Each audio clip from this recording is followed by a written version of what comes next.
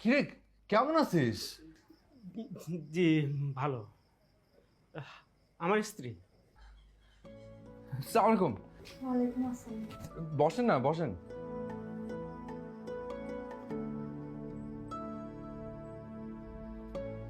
তুই দাঁড়াচ্ছিস কেন?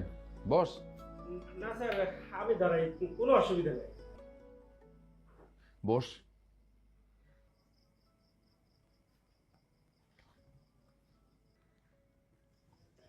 স্যার, আমার বউটা অসুস্থ।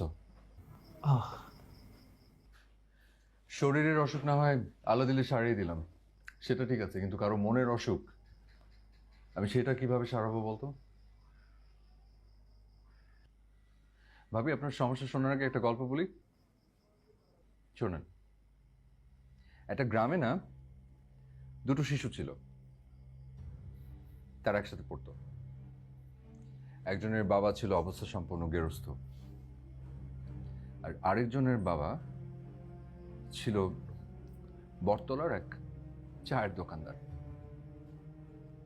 তাদের সামাজিক অবস্থান ভিন্ন হলেও ওই শিশু দুটোর মনের উপরে কিন্তু সেটার কোনো প্রভাব ছিল না। তারা ছিল খুব ভালো বন্ধু, সব কিছু একসাথে একসাথে স্কুলে যেত, বেঞ্চে পাশাপাশি বসতো। স্কুল থেকে ফিরে আসার পথে মোলাবাড়ির আম বাগানের আমও চুরি করতো একসাথে। ওই গেরস্থ পরিবারের সন্তান বাড়ি ফিরে তার মায়ের হাতে সুস্বাদু রান্না পেট পুড়ে খেয়ে আরামসে ঘুম দিত।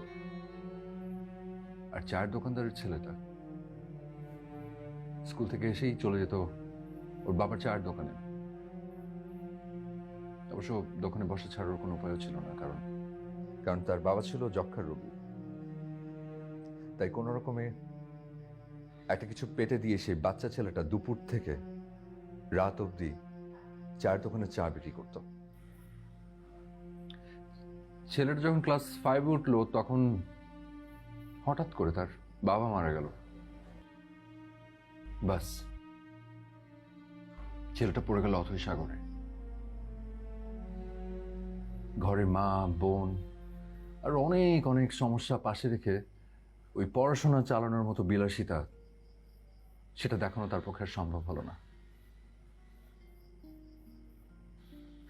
যে ছেলেটা প্রতি বছর ফার্স্ট হতো, সেই ছেলেটা শেষ পর্যন্ত হয়ে গেল চায়ের দোকানদার।